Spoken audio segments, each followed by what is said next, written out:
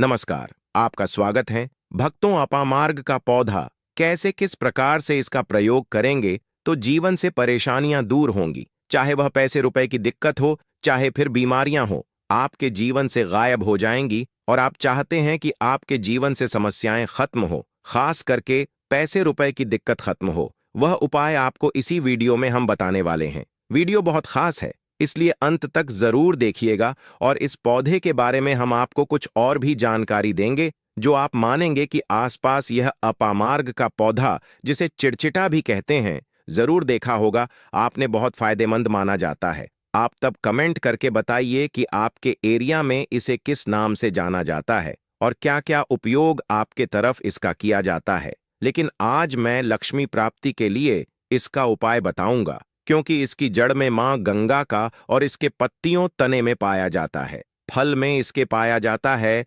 ब्रह्मा विष्णु महेश का वास। तो विष्णु भगवान जहां पर होते हैं, प्रसन्न हो जाते हैं, वहां माता लक्ष्मी स्वतः आ जाती हैं। और माता लक्ष्मी आती हैं तो जीवन से परेशानियां, रोग दुख का नाश हो जाता है। साथ ही साथ आपके रिश्ते भी सही हो जाते हैं। तो इसीलिए यह वीडियो बहुत खास है। अगर आप इस भंवर जाल से निकलना चाहते हैं आप कि आपके जीवन में सभी ग्रह आपका साथ देने लगे, तो आप इस वीडियो को अंत तक जरूर देखिए। आपको बताएंगे स्टेप बाय स्टेप कि क्यों यह इतना कारगर पौधा है। प्रिय भक्तों, चिड़चिटा के पौधे की बात करें तो अपामार्ग कहा जाता है। इस पौधे के माध्यम से पेट की लटकती चर्बी, सड़े हुए दांत, गठिया, अस्थमा, बवासीर, मोटापा, गंजापन, किडनी, इन सभी 20 रोगों का नाश हो जाता है। इसीलिए आप समझ सकते हैं कि यह वरदान के समान है। आपके एरिया में देखते होंगे, बूढ़े बुजुर्ग जो हैं वह बताते होंगे कि इसका इस्तेमाल कैसे किया जाता है।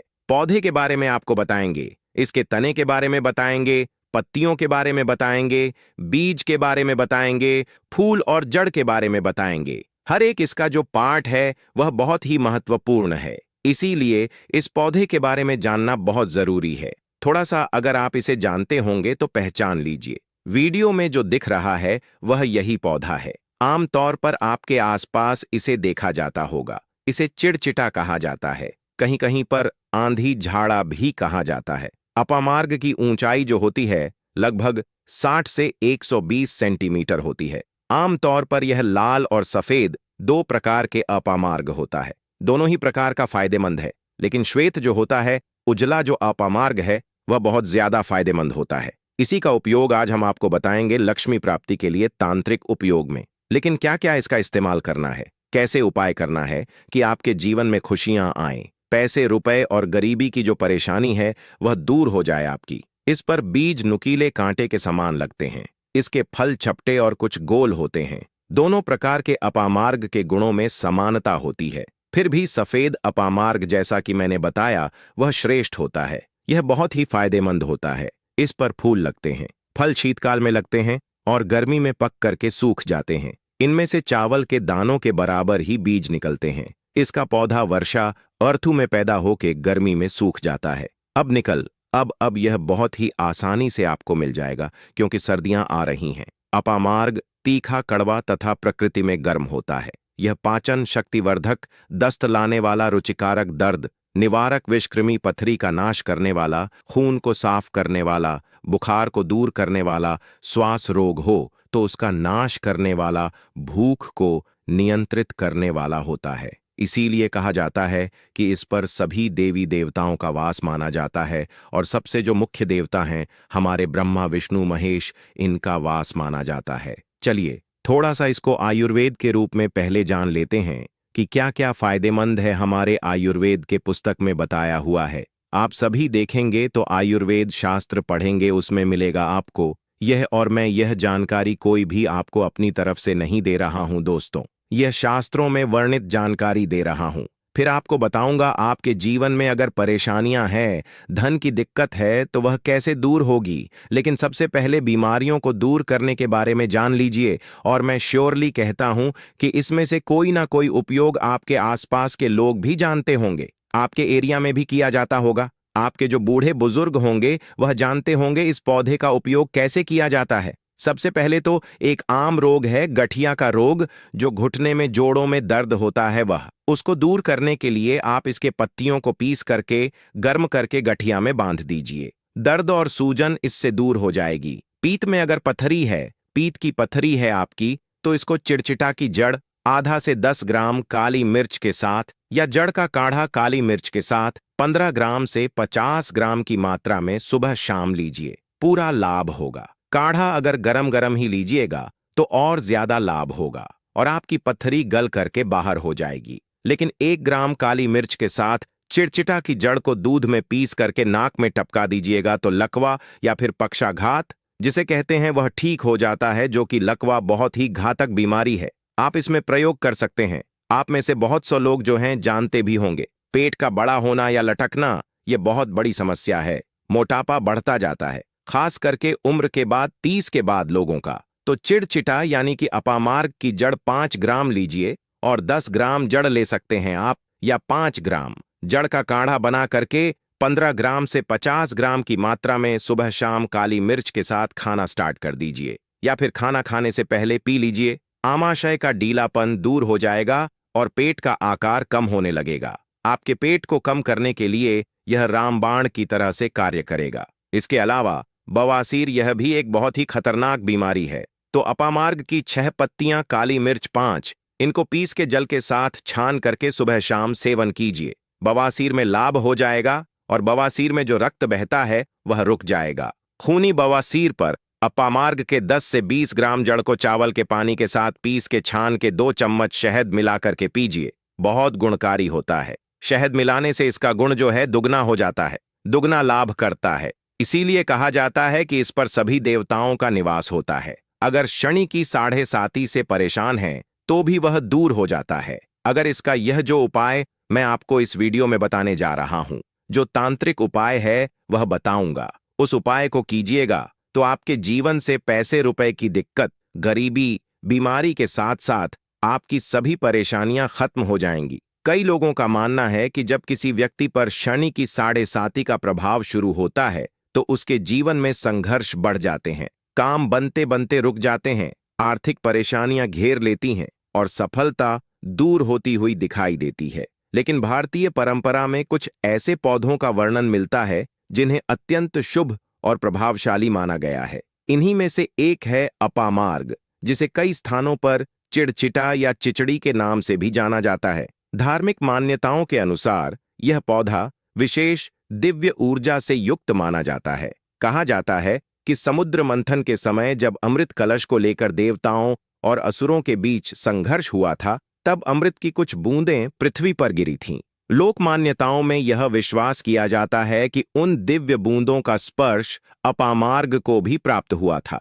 यही कारण है कि इसे अत्यंत चमत्कारी और लाभकारी पौधा माना जाता है। लोगों का विश्वास है कि इस पौधे में ब्रह्मा, विष्णु और महेश की कृपा विद्यमान रहती है। इसकी जड़ से लेकर पत्तियों तक हर भाग का उपयोग विभिन्न पारंपरिक उपचारों में किया जाता रहा है। ग्रामीण क्षेत्रों में आज भी बुजुर्ग इसके गुणों का उल्लेख करते हुए दिखाई देते हैं। यदि किसी व्यक्ति का वजन लगातार बढ़ रहा हो और वह अत्यधिक भोजन करने की आदत से परेशान हो, तो पारंपरिक मान्यता के अनुसार अपामार्ग के बीज उपयोगी माने जाते हैं। बीजों को चावल की तरह पकाकर या खीर के रूप में बनाकर सेवन करने की परंपरा कुछ क्षेत्रों में देखने को मिलती है। ऐसा माना जाता है कि नियमित उपयोग से शरीर में जमा अतिरिक्त चर्बी धीरे धीरे कम होने लगती है और व्यक्ति स्वयं को अधिक हल्का तथा ऊर्जावान महसूस करता है। यदि शरीर में कमजोरी हो, थकान जल्दी महसूस होती हो या शारीरिक शक्ति कम लगती हो,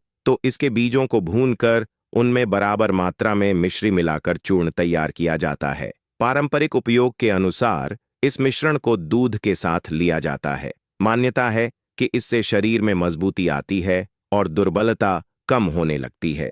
पुरुषों की शक्ति और स्वास्थ्य के संदर्भ में भी अपामार्ग का उल्लेख मिलता है। कई ग्रामीण परंपराओं में इसे पुरुषत्व बढ़ाने वाला पौधा माना जाता है। ऐसा विश्वास किया जाता है कि इसके उचित उपयोग से शरीर में स्फूर्ति आती है और कमजोरी दूर होती है। यही कारण है कि पुराने समय में लोग इसे विशेष महत्व देते थे। सिरदर्द की समस्या आज लगभग हर घर में देखने को मिलती है। तनाव, अनियमित जीवन शैली और मानसिक दबाव के कारण बहुत से लोग लगातार सिरदर्द से परेशान रहते हैं। पारंपरिक घरेलू उपायों में अपामार्ग की जड़ को पानी में घिसकर उसका लेप माथे पर लगाने की सलाह दी जाती रही है। लोगों का अनुभव है कि इससे सिर को शीतलता मिलती है और दर्द में आराम महसूस होता है। संतान प्राप्ति की इच्छा रखने वाले दंपतियों के बीच भी इस पौधे का विशेष महत्व बताया जाता है। लोक मान्यता के अनुसार इसकी जड़ का चूर्ण दूध के साथ निर्धारित अवधि तक सेवन करने से गर्भधारण की संभावना बढ़ सकती है। कुछ स्थानों पर इसके ताजे पत्तों का रस भी उपयोग में लाया जाता है।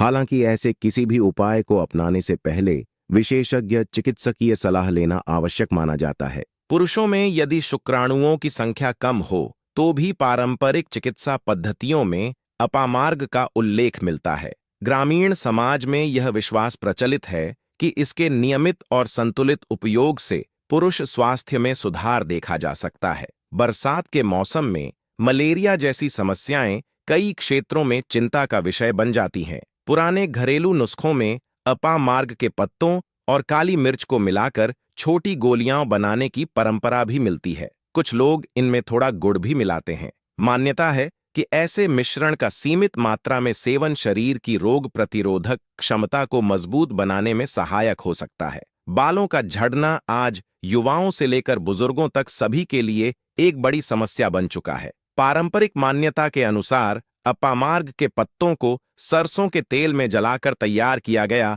लेप गंजे स्थान पर लगाया जाता था। लोगों का विश्वास है कि इससे बालों की जड़ों को पोषण मिलता है और नए बाल आने की संभावना बढ़ती है। साथ ही योगाभ्यास, विशेषकर शीर्षासन जैसे आसनों को भी लाभदायक माना जाता है। दांतों के दर्द में भी इस पौधे का उपयोग लोक चिकित्सा में किया जाता रहा है। इसके ताजे पत्तों का रस रुई में लगाकर प्रभावित दांत पर रखने की परंपरा कई क्षेत्रों में आज भी मौजूद है। ऐसा माना जाता है कि इससे दर्द में कुछ राहत मिल सकती है। त्वचा संबंधी समस्याओं में भी अपामार्ग का महत्व बताया गया है। इसकी जड़, तना, पत्तियां, फूल और फल को पानी में उबालकर तैयार किए गए काढ़े से स्नान करने की सलाह दी जाती रही है। लोक विश्वास है कि इससे खुजली और त्वचा की कुछ सामान्य परेशानियों में लाभ मिल सकता है। कई लोगों को आधे सिर में दर्द, जिसे माइग्रेन जैसी समस्या के रूप में भी देखा जाता है, लंबे समय तक परेशान करता है। पारंपरिक मान्यताओं में इसके बीजों के चूर्ण का उल्लेख मिलता है। कहा जाता है कि इसके प्रयोग से सिर के भीतर जमा कफ को बाहर निकलने में सहायता मिलती है और सिर का भारीपन कम हो सकता है।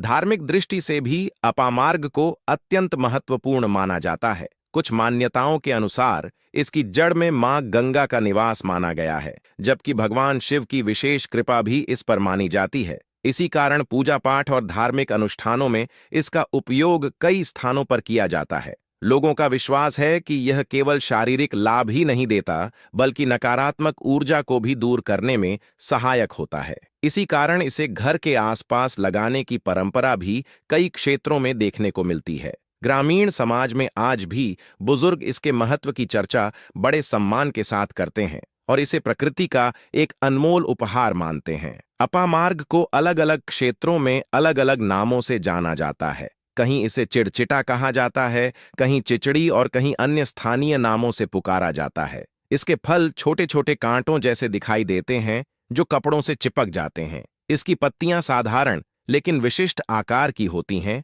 और इसकी जड़ को सबसे अधिक महत्वपूर्ण माना जाता है। हालांकि परंपरागत मान्यताओं में इसके अनेक लाभ बताए गए हैं, फिर भी इसका उपयोग हमेशा संतुलित मात्रा में करने की सलाह दी जाती है। अत्यधिक सेवन उचित नहीं माना जाता। यही कारण है कि पुराने वैद्य भी इसे सीमित मात्रा में प्रयोग करने पर जोर देते थे। इस पौधे से जुड़ी मान्यताएं केवल स्वास्थ्य तक सीमित नहीं हैं। बहुत से लोग इसे आध्यात्मिक उन्नति, सकारात्मक ऊर्जा और जीवन में शुभता लाने वाला पौधा भी मानते हैं। इसलिए भारतीय संस्कृति में अपामार्ग का स्थान केवल एक औषधीय पौधे के रूप में नहीं, बल्कि एक पवित्र और सम्मानित वनस्पति के रूप में भी देखा जाता है।